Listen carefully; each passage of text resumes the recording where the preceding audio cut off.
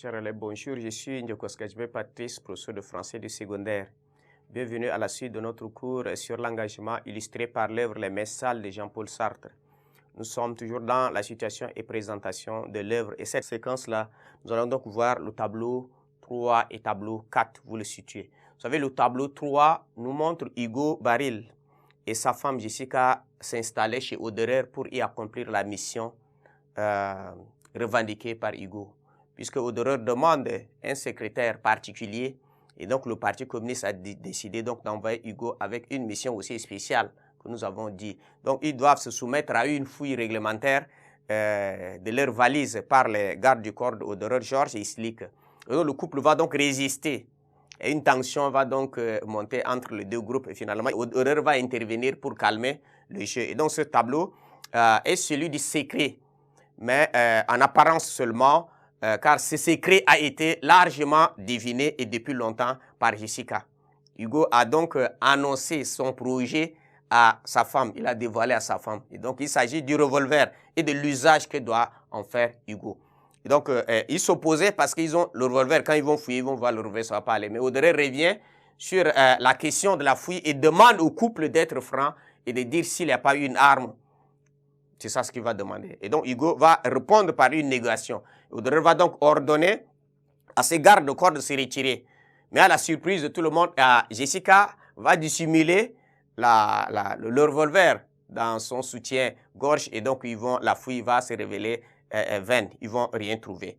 Et voilà, c'est ça. Et donc, vous devez voir que Jessica va se montrer dès lors déjà coquette avec Auderer, au point de susciter la jalousie de Hugo et de provoquer le geste meurtrier. On dit il va dire,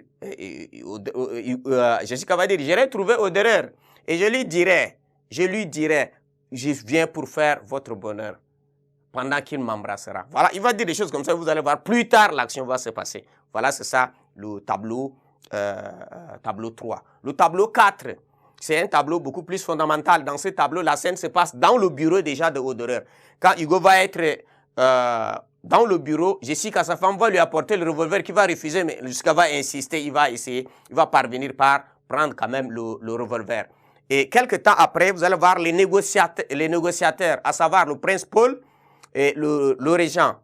Le prince Paul pour le régent et le Kaski pour le parti Pentagone vont donc faire leur apparition dans le bureau de Auderer, accompagnés des gardes de corps de ces derniers. Donc après quelques plaisanteries d'usage, ils viennent donc aux questions sérieuses.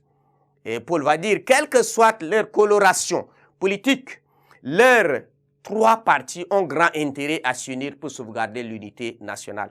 Et donc dans ce tableau, la scène va se passer exclusivement dans le bureau de Auderer. Il y aura lieu l'entretien capital et décisif. Voilà, c'est ça. Et les émissaires, avec cela. Mais l'entrevue qui semblait guère devoir réussir sera interrompue par une explosion. Donc Hugo se retrouve dans le bureau ensemble avec eux.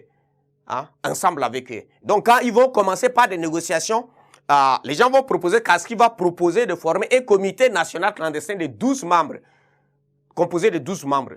Donc on aura le parti prolétaire doit avoir 2 voix, le régent 4 et le Pentagone 6 parce qu'il embrasse la majorité de la population. Parce que le Pentagone représente 57% de la population. C'est ça. Et donc Auderer refuse cette proposition et exige un comité directeur de 6 membres. Oui, il va repartir comme si le parti prolétaire disposera de 3 voix et le reste sera partagé entre le régent et le Pentagone. Il va dire c'est à prendre ou à laisser. Voilà, c'est comme ça. Donc après, une discussion houleuse, un accord de principe doit être trouvé. Donc en ce moment, Hugo, présent dans la salle, proteste cet accord et refuse d'obéir à son chef qui lui demande de sortir. Alors Auderer se dirige vers Hugo qui met la main dans la poche où se trouve le revolver. Donc au même moment, une forte détonation se fait entendre et oblige tout le monde à se mettre à plat ventre. Mais Kaski seul qui serait légèrement blessé et Auderer accuse ses camarades du parti d'avoir fait ce coup.